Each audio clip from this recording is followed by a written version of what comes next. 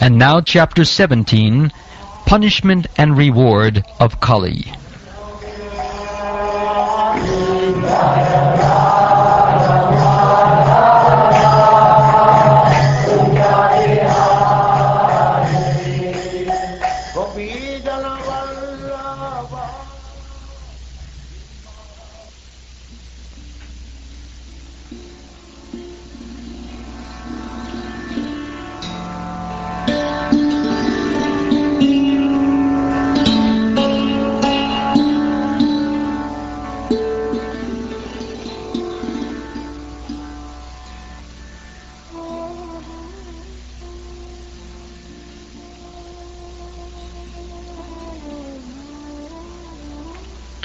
Sutta Goswami said, after reaching that place, Maharaj Pariksit observed that a lower caste Shudra, dressed like a king, was beating a cow and a bull with a club as if they had no owner.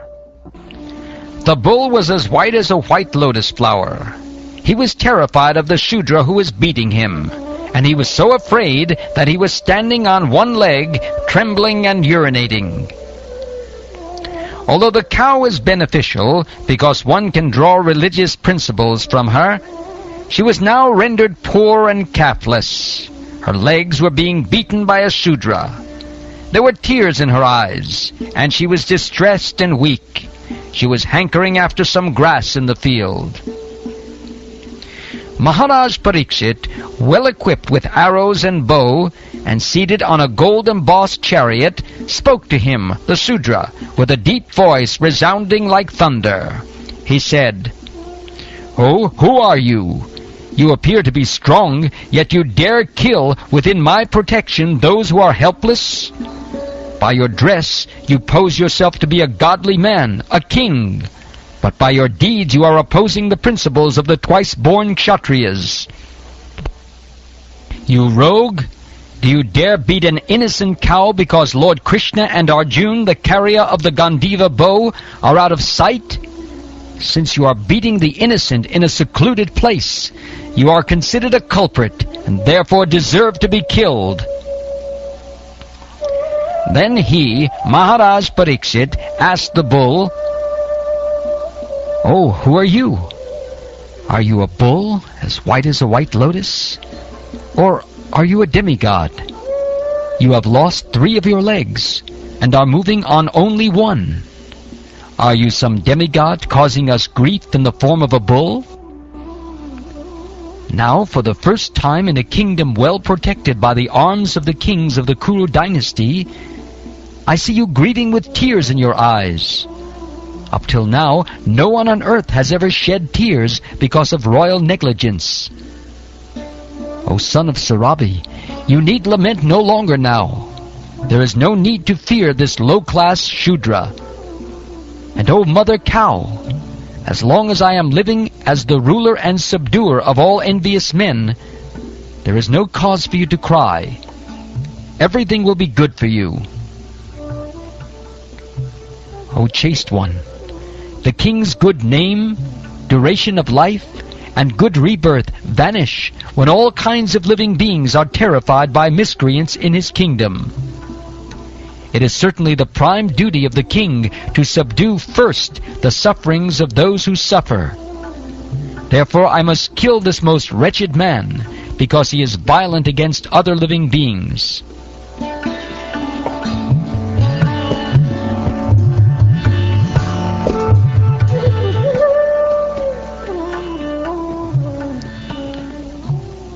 He, Maharaj Pariksit, repeatedly addressed and questioned the bull thus, "O son of Sarabi, who has cut off your 3 legs? In the state of the kings who are obedient to the laws of the Supreme Personality of Godhead, Krishna, there is no one as unhappy as you. O bull, you are offenseless and thoroughly honest. Therefore I wish all good to you. Please tell me of the perpetrator of these mutilations, which blackmail the reputation of the sons of Pritha. Whoever causes offenseless living beings to suffer must fear me anywhere and everywhere in the world. By curbing dishonest miscreants, one automatically benefits the offenseless. An upstart living being who commits offenses by torturing those who are offenseless shall be directly uprooted by me, even though he be a denizen of heaven, with armor and decorations. The supreme duty of the ruling king is to give all protection to law-abiding persons, and to chastise those who stray from the ordinances of the Scriptures in ordinary times, when there is no emergency. The personality of religion said, "These words just spoken by you befit a person of the Pandava dynasty. Captivated by the devotional qualities of the Pandavas, even Lord Krishna, the personality of Godhead, performed duties as a messenger. O greatest among human beings, it is very difficult to ascertain the particular miscreant who has caused our sufferings, because we are bewildered by all the different opinions of theoretical philosophers. Some of the philosophers who deny all sorts of duality declare that one's own self is responsible for his personal happiness and distress.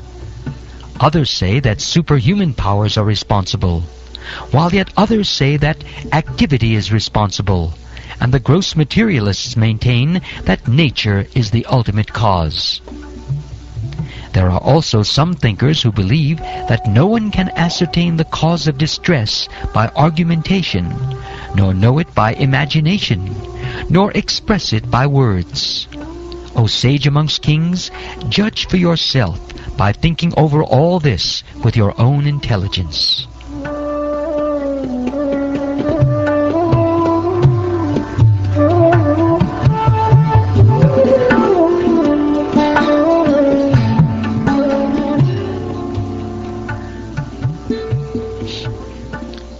Suta Goswami said, "O best among the Brahmins, the Emperor Pariksit, thus hearing the personality of religion speak, was fully satisfied, and without mistake or regret he gave his reply.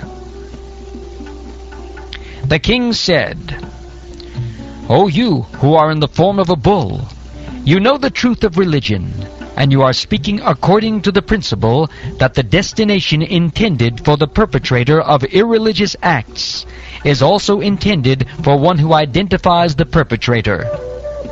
You are no other than the personality of religion.' Thus it is concluded that the Lord's energies are inconceivable. No one can estimate them by mental speculation or by word jugglery. In the age of Satya, or truthfulness, your 4 legs were established by our 4 principles of austerity, cleanliness, mercy, and truthfulness. But it appears that 3 of your legs are broken due to rampant irreligion in the form of pride, lust for women, and intoxication. You are now standing on 1 leg only, which is your truthfulness, and you are somehow or other hobbling along. But quarrel personified, or Kali, flourishing by deceit, is also trying to destroy that leg. The burden of the earth was certainly diminished by the personality of Godhead and by others as well. When he was present as an incarnation, all good was performed because of his auspicious footprints. Now she, the chaste one, being unfortunately forsaken by the personality of Godhead, laments her future with tears in her eyes, for now she is being ruled and enjoyed by lower-class men who pose as rulers.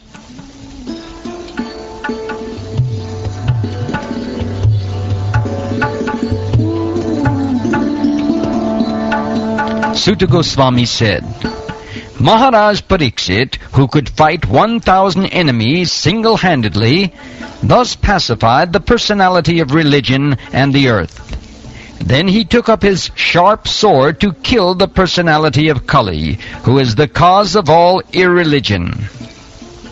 When the personality of Kali understood that the king was willing to kill him, he at once abandoned the dress of a king and, under pressure of fear, completely surrendered to him, bowing his head.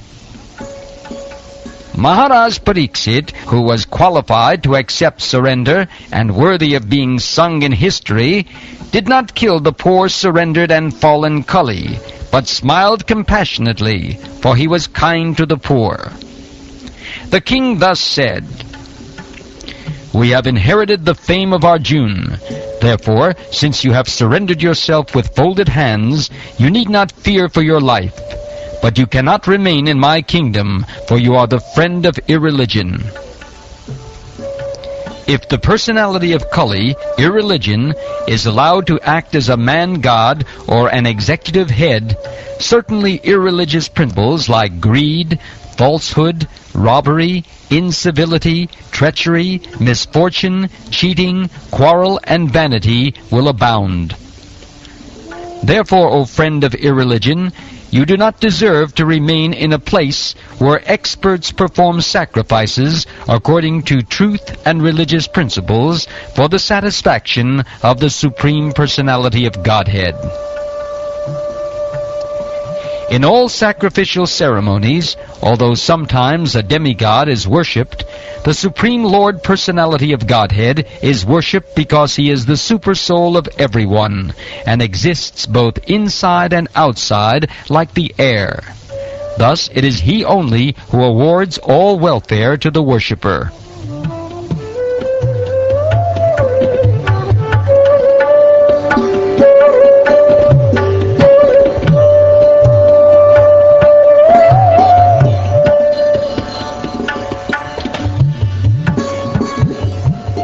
Sri Suta Goswami said, "The personality of Kali, thus being ordered by Maharaj Pariksit, began to tremble in fear. Seeing the king before him like Yamaraj, ready to kill him, Kali spoke to the king as follows.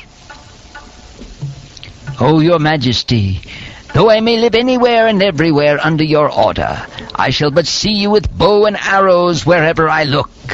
Therefore, O chief amongst the protectors of religion, please fix some place for me where I can live permanently under the protection of your government."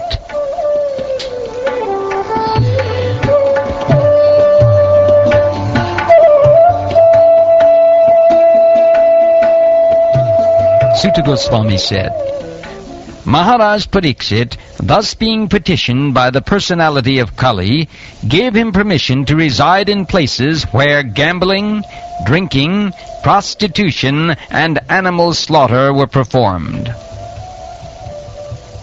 The personality of Kali asked for something more, and because of his begging, the king gave him permission to live where there is gold, because wherever there is gold, there is also falsity, intoxication, lust, envy, and enmity. Thus, the personality of Kali, by the directions of Maharaj Pariksit, the son of Uttara, was allowed to live in those 5 places. Therefore, whoever desires progressive well-being, especially kings, religionists, public leaders, Brahmins, and sannyasis, should never come in contact with the 4 above-mentioned irreligious principles. Thereafter, the king re-established the lost legs of the personality of religion, the bull, and by encouraging activities, he sufficiently improved the condition of the earth. The most fortunate Emperor Maharaj Pariksit, who was entrusted with the kingdom of Hastinapur by Maharaj Yudhishthir when he desired to retire to the forest, is now ruling the world with great success due to his being glorified by the deeds of the kings of the Kuru dynasty. Maharaj Pariksit, the son of Abhimanyu, is so experienced that by dint of his expert administration and patronage, it has been possible for you to perform a sacrifice such as this.